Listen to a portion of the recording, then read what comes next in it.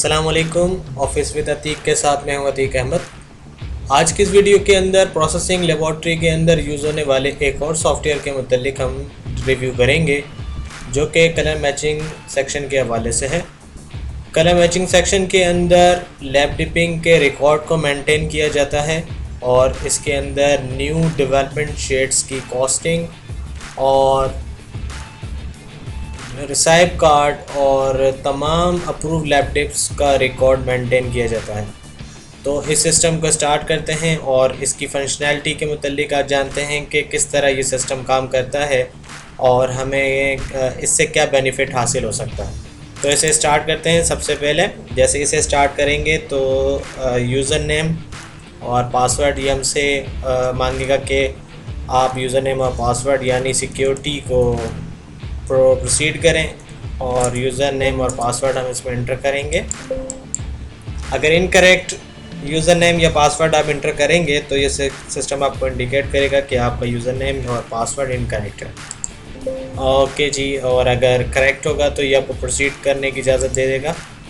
सबसे पहले इसका इंटरफेस है जहाँ पर इंडेक्स बनाया गया है, जिसके अंदर तमाम आपको रिकॉर्ड मिल जाएगा कि अब तक आपने कितने शेड डेवलप किए हैं, किस प्रोसेस के अंदर है, क्या प्रोसेस ऑर्डर था, रिक्वेस्ट डेट कब आई थी, लैब टिप का जो रिक्वायर्ड थी वो क्या कस्टमर के लिए थी या फिर प्रोडक्शन का वक्त था या कुछ और था या कॉस्टिंग से रिलेटेड था।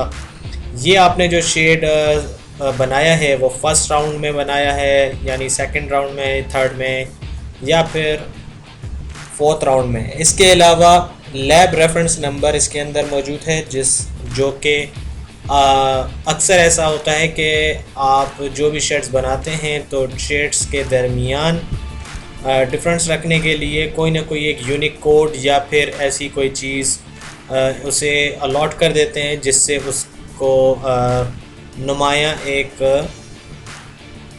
डिफरेंस नज़र आ जाए दोनों शेड्स के दरमियान। तो लैब रेफरेंस नंबर एक इसी तरह का है कि आप अगर किस शेड्स के दरमियान अगर आप लैब रेफरेंस नंबर देना चाहें यानी दो शेड्स को अगर वो सेम क्वालिटी के ऊपर हैं, सेम कस्टमर के हैं और सेम प्रोसीजर पर ही हैं, तो अगर आप उन दोनों के दरमियान फ़र्क रखना चाहते हैं तो आप एक लैब रेफरेंस नंबर उन्हें अलॉट कर सकते हैं। तो ये लैब रेफरेंस नंबर अमूमन बहुत सारी कंपनीज़ के अंदर दिया जाता है, या फिर एक कोड के हवाले से आप इसे कह सकते हैं कि कोड भी दिया जाता है, कोई यूनिक कोड दिया जाता है या शेड की आईडी दे दी जाती है जिससे वो नुमाया हो जाता है और उसे ट्रेस करने में आसानी होती है। इसके अलावा इसमें और मज़ीद फील्ड्स हैं जिनकी मदद से आप इस डेटाबेस में काफ़ी डिटेल से जानकारी हासिल कर सकते हैं। तो सबसे पहले हम एक नए रिकॉर्ड की तरफ जाते हैं कि एक नया रिकॉर्ड हम किस तरह इसमें ऐड करेंगे। सबसे पहले आप करेंगे ऐड न्यू लैब टिप और फिर एक न्यू लैब टिप का फॉर्म ओपन हो जाएगा जिसके अंदर तमाम फील्ड्स मौजूद हैं जिनके अगेंस्ट रिक्वायरमेंट या फिर डेटा फीड किया जा सकता है। ये डेटा एज़ पर रिक्वायरमेंट होता है कि कस्टमर जैसा चाहे उस तरह का डेटा रिकॉर्ड करें और यहाँ पर जो रिक्वायर्ड फील्ड्स इस वक्त मौजूद हैं आई थिंक वो काफ़ी रहेंगी किसी भी टेक्सटाइल कंपनी के अंदर अगर वो इसे यूज़ करते हैं तो सबसे पहले हमसे प्रोसेस ऑर्डर इसमें फ़ीड करेंगे। फॉर एग्ज़ाम्पल प्रोसेस ऑर्डर ये था और लैब की जो रिक्वेस्ट डेट है फॉर एग्ज़ाम्पल वो है जी 22 और कस्टमर जो है वो फॉर एग्ज़ाम्पल हम ले लेते हैं टारगेट। अच्छा जी, जैसे ही आपने टारगेट सेलेक्ट किया तो आप देखेंगे उसकी primary, secondary and tertiary light sources यानी जो कस्टमर की रिक्वायर्ड लाइट सोर्सेज हैं जिनमें वो शेड रिव्यू करेगा वो ऑटोमेटिक यहाँ पर आ गई हैं। ये आप मेंटेन कर सकते हैं फाइंड एंड ऐड की मदद से। यहाँ पर आप कोई नया कस्टमर ऐड करके उसकी primary, secondary and tertiary light sources को पहले से फीड कर देंगे जिसकी मदद से हर बार ये होगा कि जो भी आप नया शेड ऐड करेंगे तो जैसे ही आप कस्टमर का नाम पुट करेंगे तो उसके अगेंस्ट उसकी लाइट सोर्सेस ऑटोमेटिक पॉपअप हो जाएंगी। तो ये एक यानी जिससे टाइम की सेविंग होगी और आपकी फीडिंग में भी आपको बहुत ज़्यादा आसानी होगी। अच्छा जी, आगे चलते हैं। डिज़ाइन नेम फॉर एग्जांपल हमारे पास नहीं है और शेड का नाम है solid, I think solid pink कर देता हूँ। अच्छा जी, पेंटोन नंबर फॉर एग्जांपल कोई भी पेंटोन नंबर दे देते हैं हम। और क्वालिटी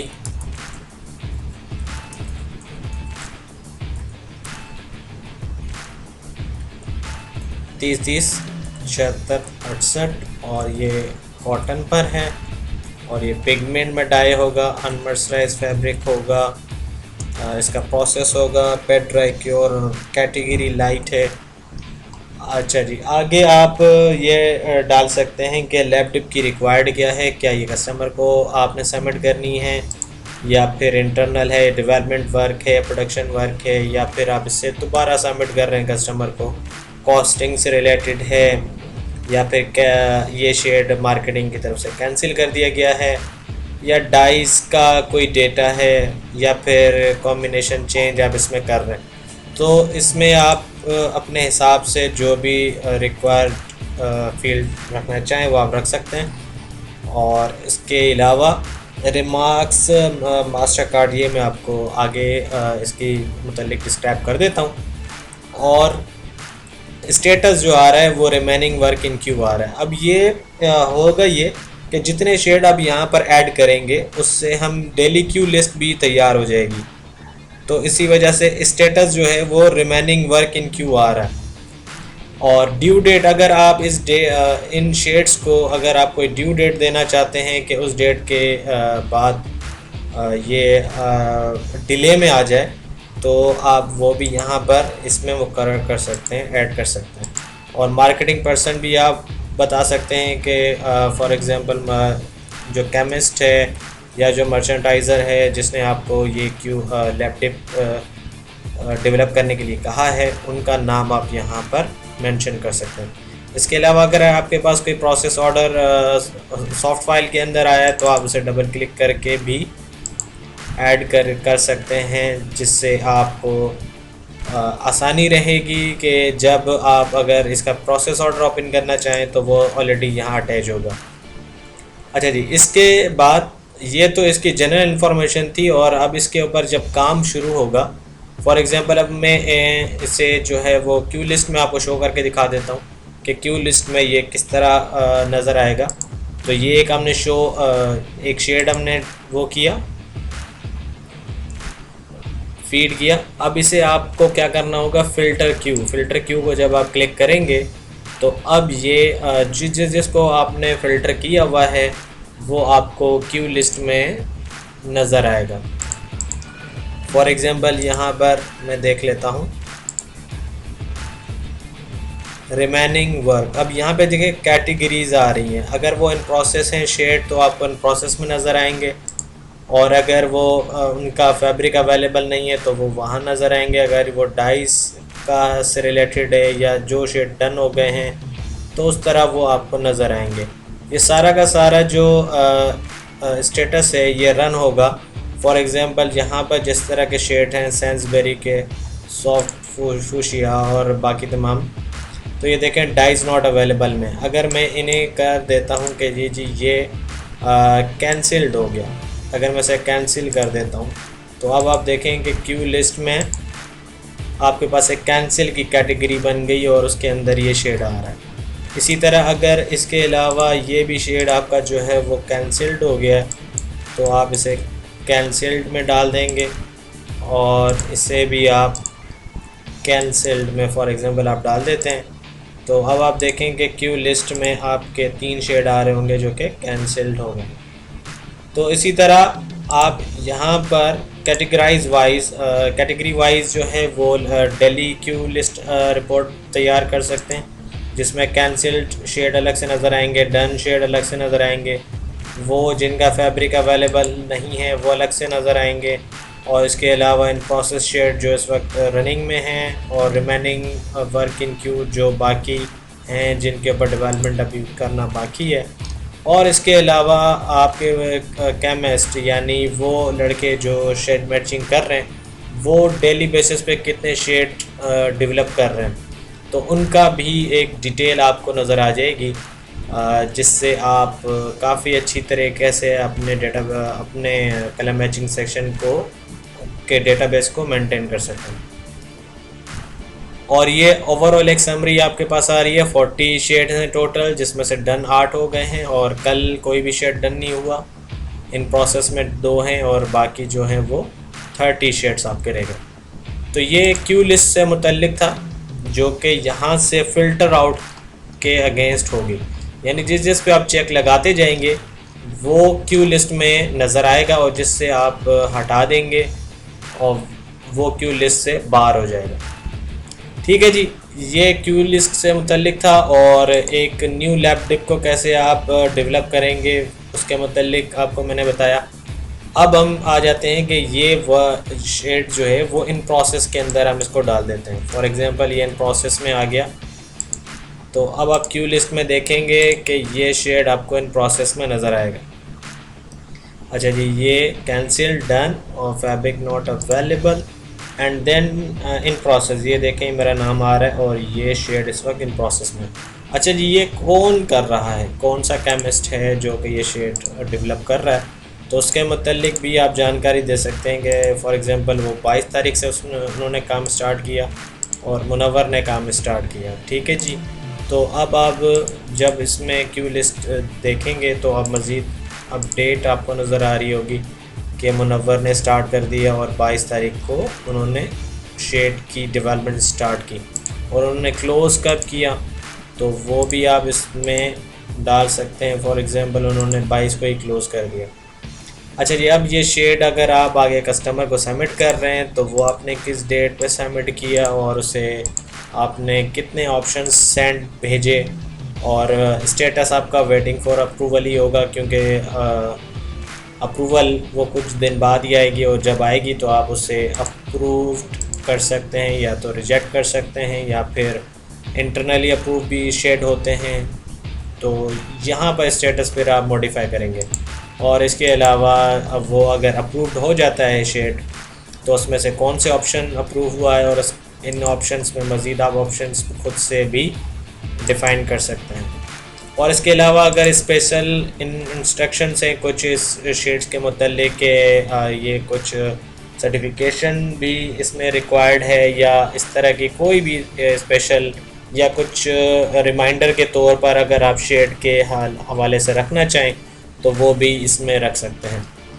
इसके अलावा यहाँ पर मशीन की कंडीशनिंग है जो कि आप खुद से सेट कर सकते हैं। जैसे कि आपको यहाँ पर प्रोसेस नज़र आ रहा है, ये प्रोसेस हैं कुछ CPS, PTC, एग्जॉस्ट और ये तमाम। और इसके अलावा डाई स्टफ़ भी हैं इसके अंदर, कि रिएक्टिव है, पिगमेंट है, डिस्पर्स है।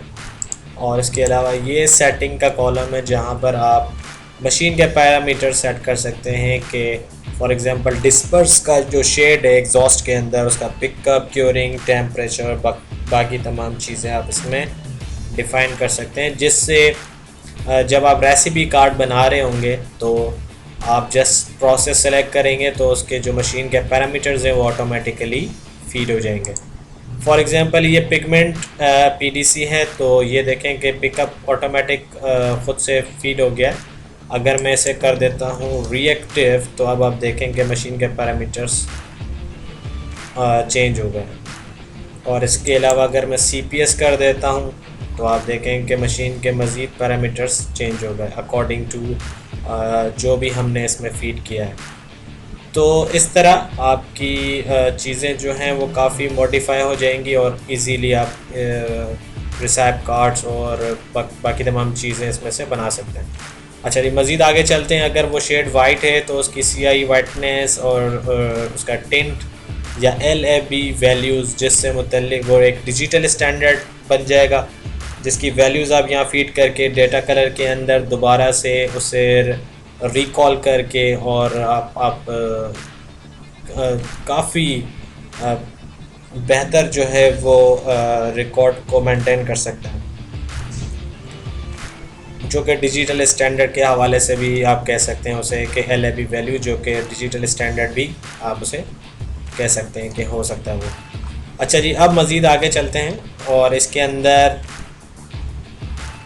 जो कॉस्टिंग से रिलेटेड है वो ये है कि अगर ये शीट आप कंटिन्यूस में कर रहे हैं, कंटिन्यूस मेथड पर है, तो कंटिन्यूस मेथड की कॉस्टिंग यहाँ पर करेंगे, और अगर एग्जॉस्ट मेथड में वो शीट डेवलप हो रहा है तो एग्जॉस्ट मेथड में कॉस्टिंग होगी।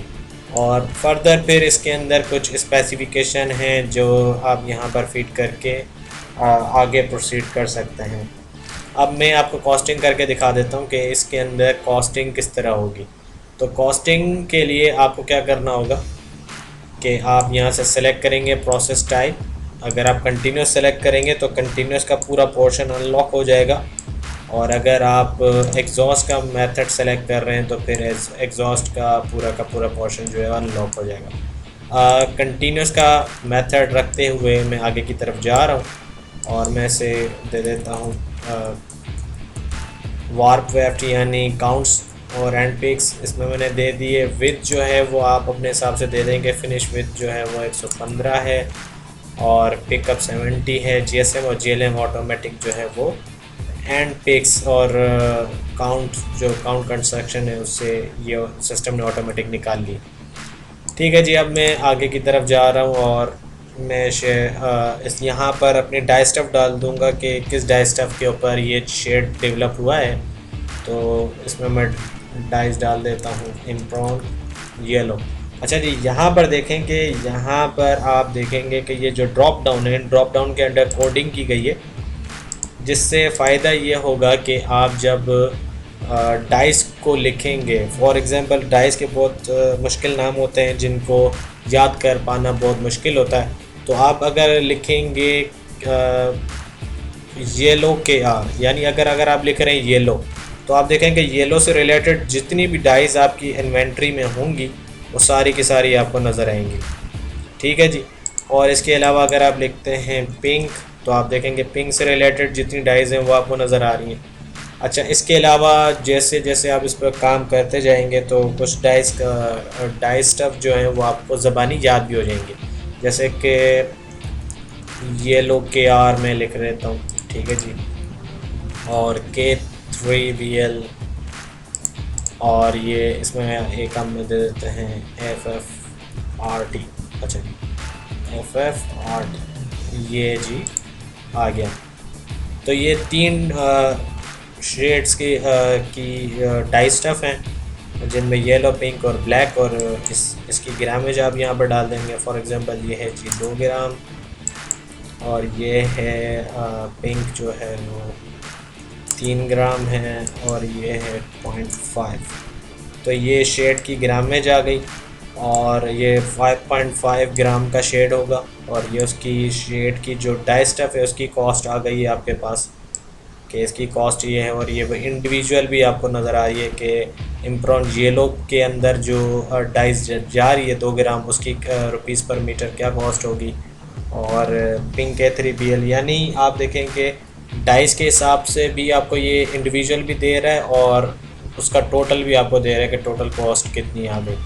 एंड देन आप यहाँ से सेलेक्ट करेंगे प्रोसेस। यहाँ पर जो है वो पहले से ग्रुप बना के रख दिए गए हैं कि जो प्रोसेस है उसके अगेंस्ट जो ऑक्सिलरीज यूज़ होंगी, जो केमिकल्स यूज़ होंगे, वो आप डिफ़ाइन कर सकते हैं। वो डिफ़ाइन आप किस तरह करेंगे कि यहाँ से ऐड न्यू ग्रुप करेंगे, और यहाँ से जो भी आप ग्रुप बनाएंगे वो यहाँ पर आप एक मरतबा डिस्क्राइब कर देंगे। अब ये डिस्क्राइब कैसे करेंगे वो भी आपको मैं एक दिखा देता हूँ। यहाँ पे देखेंगे ग्रुप आईडी आपके पास जो है मैक्सिमम आपके पास कौन सी यूज़ हुई हुई है। अच्छा जी, 22 मुझे नज़र आई कि सबसे ज़्यादा हाईएस्ट 22 आईडी यूज़ हुई है, और 23। अच्छा जी, अब हम बनाएंगे 24 की एक न्यू। तो ये मैं बना लेता हूँ जी ऑप्टिक वाइट की। तो ऑप्टिक वाइट की यहाँ पे हम बना लेते हैं ऑप्टिक वाइट 1। ये ग्रुप का नाम होगा ऑप्टिक वाइट 1। और इसके अंदर आप केमिकल यूज़ कर सकते हैं। फॉर एग्ज़ाम्पल 901, और ये जी 2 ग्राम से जाएगा। और इसके अलावा एक और मैं दे देता हूँ यहाँ पे ऑप्टिक वाइट 1, और इसमें दे देते हैं जी SMF। ठीक है जी, SMF जाएगा जी इसमें 3 ग्राम से। तो ये मैंने अभी एक ग्रुप बनाया जिसका नाम मैंने रखा ऑप्टिक वाइट 1, और उसमें 2 केमिकल मैंने फीड कर दिए। ठीक है जी। और अब मैं आपको ये दिखाता हूँ कि ये आपके शेड के ऊपर कैसे कॉल होंगे, कैसे आप इनके ऊपर अप्लाई करेंगे। तो आप यहाँ से देखें कि सॉरी, यहाँ पर इस वक्त वो नहीं आया। मैं इसे सेव कर लेता हूँ और फिर दोबारा से देख लेते हैं। अभी भी नहीं आया, तो एक बार इसको क्लोज़ करें। क्लोज़ करने के बाद आप इसको दोबारा से ओपन करें। ठीक है जी। और अब देखते हैं कि क्या नया ग्रुप आया है। देखें जी, ID 24 और ग्रुप का नाम था ऑप्टिक वाइट 1। और मैं इसे ऐड करता हूँ, तो उसमें मैंने सिर्फ 2 केमिकल ऐड किए थे। तो आप यहाँ पे देखेंगे 2 केमिकल यहाँ पर ऑटोमेटिक आ चुके हैं। और जस्ट सिंपल आपने क्या करना है, कैलकुलेट के बटन को प्रेस करना। तो जो उसकी ऑक्सिलरीज की कॉस्ट होगी अगेंस्ट योर GLM, उसके अगेंस्ट जो कॉस्ट बनेगी वो आ जाएगी। और डाई स्टफ और केमिकल्स की कॉस्ट मिलकर आपकी टोटल रुपीस पर मीटर कॉस्ट आ जाएगी। ये आ गई जी 3 रुपये 64 पैसे जो है वो आपकी ओवरऑल शेड की कॉस्ट बन गई। ये तो क्योंकि यहाँ ऊपर मैंने कलर डाई स्टफ डाल दी है, और ये मैंने आपको जस्ट एक एग्जांपल दी कि आप किस तरह एक नया ग्रुप जो है वो इसमें ऐड करेंगे। इसके अलावा इसके अंदर केमिकल्स को ऐड करने का मेथड भी है कि आप अगर ऐड न्यू करें तो आप एक नया कोई केमिकल और उसकी प्राइस यहाँ पर आप दे सकते हैं। इसके अलावा इसमें एक और सिस्टम भी है कि अगर आपकी ऑक्सिलरीज जो हैं वो एक्सेल के फॉर्मेट में कहीं पर पड़ी हुई हैं और वो आप कॉल करना चाहते हैं इस सिस्टम के अंदर, तो आप इंपोर्ट के बटन को प्रेस करेंगे, ये आपसे लोकेशन पूछेगा और आपको वो फ़ाइल देनी होगी और वो फिर इंपोर्ट कर देंगे। आपकी जो ऑक्सिलरीज हैं और उसकी जो प्राइसेस हैं वो यहाँ पर ये सिस्टम इंपोर्ट कर देगा। ठीक है जी। तो ये 2 इसमें अभी केमिकल मैंने आपको ऐड करके दिखाया। अगर इसमें से आपको बाय डिफ़ॉल्ट अगर कोई केमिकल यूज़ नहीं करना तो आप डिलीट करके भी आगे जा सकते हैं, और फिर देन कैलकुलेट के बटन को आप प्रेस करेंगे तो मज़ीद आपकी कॉस्ट जो है वो वेरीफाई हो जाएगी, अपडेट हो जाएगी। अच्छा जी, एक और ये भी मैं डिलीट, अच्छा अगर कोई भी इसमें से आपने यूज़ नहीं करना और मैं इसमें जो है वो पिगमेंट की ऑक्सिलरीज इसमें फ़ीड करना चाहता हूँ, तो ये पिगमेंट की ऑक्सिलरीज आप देखेंगे इसमें फ़ीड हो गई और अब कॉस्ट मेरी 12 रुपये की कॉस्ट आ गई। ठीक है जी। तो ये इस तरह आप कॉस्ट भी फाइंड आउट कर सकते हैं। और इसके अलावा जब ये क्लोज़ हो जाएगा और अब आपको अगर रेसिपी कार्ड बनाना है तो जस्ट सिंपल आप इसको क्लिक करेंगे तो ये देखेंगे ये आपका रेसिपी कार्ड जो है वो तैयार होगी।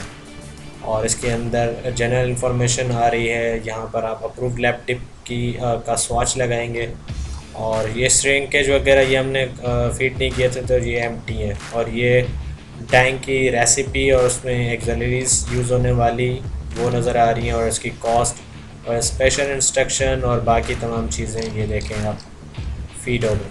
आप इसको चाहें तो इसको PDF बनाकर सेव भी कर सकते हैं आप कहीं पर भी, और अगर किसी के साथ शेयर करना चाहें तो वो भी आप कर सकते हैं।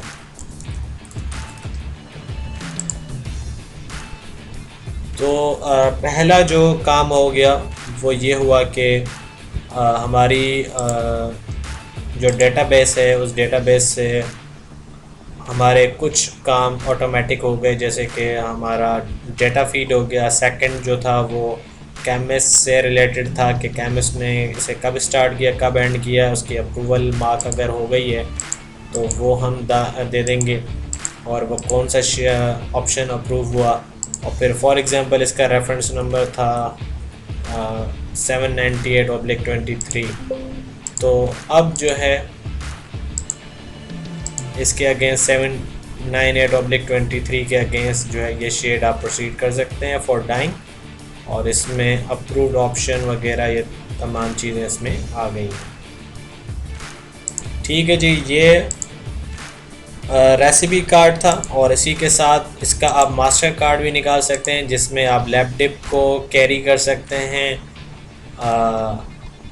इस अगेंस्ट दिस इंफॉर्मेशन, जो कि एक पेपर पे आपको मिल जाएगी। और इसमें तमाम चीज़ें जो नेसेसरी होती हैं फॉर द ऑडिट वो यहाँ पर इसमें आपको नज़र आ जाएंगी। ठीक है जी, ये दो काम इस वक्त आप देखें कि इस सिस्टम से कितने काम आसानी से हो जाते हैं। आपका रिकॉर्ड मेंटेन हो जाता है, आपका रेसिपी कार्ड जो है वो जनरेट हो जाता है, और इसके अलावा मास्टर कार्ड यानी आपकी जो अप्रूव लैब डिप है उसका रिकॉर्ड मेंटेन करने के लिए आपको एक पेपर जो है वो डेवलप हो जाता है आपका। और इसके अलावा आपकी कॉस्टिंग भी हो जाती है इसमें। आप देखेंगे इसकी कॉस्ट आ गई, और अगर इसका प्रिंट आउट आप निकालना चाहें इस कॉस्ट का, तो आप जस्ट सिंपल आप क्या करेंगे, फ़िल्टर कॉस्ट को क्लिक करेंगे और आपकी कॉस्ट जो है वो आ जाएगी। ये इस कॉस्ट की आई थिंक समरी आई है। और अगर आप इसकी शीट निकालना चाहें तो ये आपके पास देखेंगे ये कॉस्टिंग शीट भी आपके पास आ गई, जो आप अगर किसी को भेजना चाहें तो आप भेज सकते हैं, और अगर पीडीएफ सेव करना चाहें तो पीडीएफ भी सेव कर सकते हैं। इसके अलावा अगर एक से ज़्यादा शेड्स हैं और आप उनके भी कॉस्टिंग इसी के साथ मर्ज करना चाहते हैं तो जस्ट आप फ़िल्टर के बटन को प्रेस करेंगे तो मज़ीद शेड्स जो हैं वो इसमें ऐड होते जाएंगे। अच्छा जी, जहाँ जहाँ मैं ये बताना चाहूँगा कि जहाँ जहाँ आपने कॉस्टिंग की होगी वो इसमें इंक्लूड हो जाएंगे। बाकी क्योंकि ये देखें हमने 4 किए हैं और कुछ ऐड हुए कुछ ऐड नहीं हुए। वो क्यों नहीं हुए? क्योंकि आप इसे एडिट में देखें कि यहाँ पर कोई इन्फॉर्मेशन वगैरह हमने फ़ीड नहीं की कॉस्टिंग के अंदर। तो जब आप यहाँ पे इन्फॉर्मेशन फ़ीड करेंगे तो वो फिर आपको कॉस्टिंग के शीट के अंदर नज़र आएगी। तो ये जी इसका रिकॉर्ड मेंटेन, पहला काम रिकॉर्ड मेंटेन करना है, दूसरा रिसाइप कार्ड, मास्टर कार्ड, कॉस्टिंग और क्यू लिस्ट भी इसमें ऑटोमेटिकली आप डेवलप कर सकते हैं। तो ये एक छोटा सा रिव्यू था लैब डिप के प्रोग्राम के हवाले से। आई होप आपको पसंद आया होगा, और अगर आप इस तरह के सिस्टम्स आप हमसे डेवलप करवाना चाहते हैं तो आप हमसे रब्ता कर सकते हैं। Thanks for watching. अल्लाह हाफिज़।